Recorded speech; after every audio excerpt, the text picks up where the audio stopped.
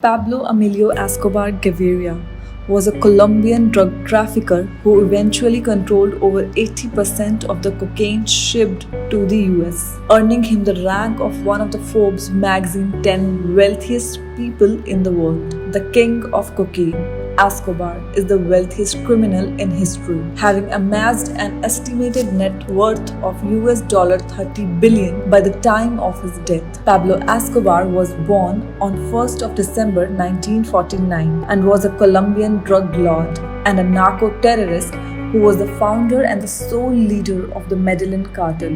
Born in Rio Negro and raised in Medellin, Escobar studied briefly at University of Medellin, but left without graduating. He instead began engaging in criminal activity, selling illegal cigarettes and fake lottery tickets, as well as practicing in motor vehicle theft. In early 1970s, he began to work for various drug smugglers, often kidnapping and holding people for ransom. Escobar, the son of a farmer and a school teacher, began his life of crime while still a teenager.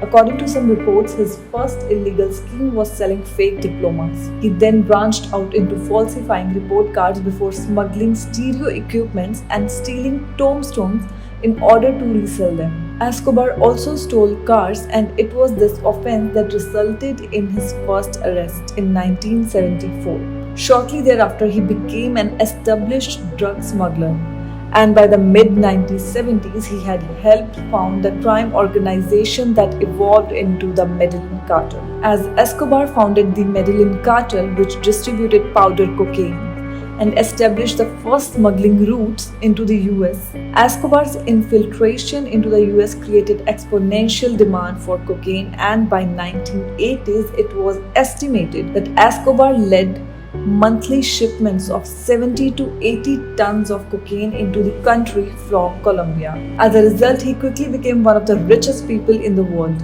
but consistently battled rival cartels domestically and abroad, leading to massacres and murders of police officers, judges, locals, and prominent politicians, making Colombia the murder capital of the world.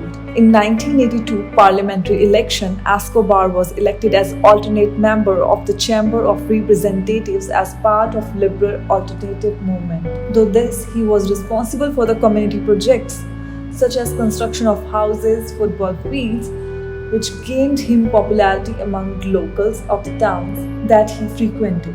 However, Escobar was vilified by the Colombian and US governments, who regularly stifled his political ambitions and pushed for his arrest. In June 1991, Escobar surrendered to the Colombian government of President Cesar Gaviria. In return, the threat of extradition was lifted, and Escobar was allowed to build his own luxury prison called La Catedral, which was guarded by the men he handpicked from among his employees. The prison lived up to its name and came complete with a casino, spa, and a nightclub. In June 1992, however, Escobar escaped when authorities attempted to move him to a more standard holding facility. A manhunt for the drug lord was launched that would last 16 months. During that time, the monopoly of Medellin cartel, which had begun to crumble during Escobar's imprisonment, as police raided offices and killed its leaders. In 1976, Escobar married 15-year-old Maria Victoria Henao. The couple had 2 children together, a son, Juan Pablo, and a daughter, Manuela. Today, Escobar's son is a motivational speaker who goes by the name Sebastian Marquin. Marquin studied architecture and published a book in 2015, Pablo Escobar, My Father, which tells the story of growing up with the world's most notorious drug kingpin. He also asserts that his father had committed suicide. My father's not a person to be imitated, Marquin said in an Agence France Press interview. He showed us the path we must never take as a society, because it's a path of self-destruction, the loss of values, and a place where life ceases to have importance. Escobar's family unsuccessfully sought asylum in Germany and eventually found refuge in a Bogota hotel. Escobar himself was not so lucky. Colombian law enforcement finally caught up to the fugitive Escobar on December 2, 1993 in a middle-class neighborhood in Medellin. A firefight ensued and Escobar tried to escape across a series of rooftops, and he and his bodyguard were shot and killed. Escobar's death accelerated the demise of the Medellin cartel and Colombia's central role in the cocaine trade.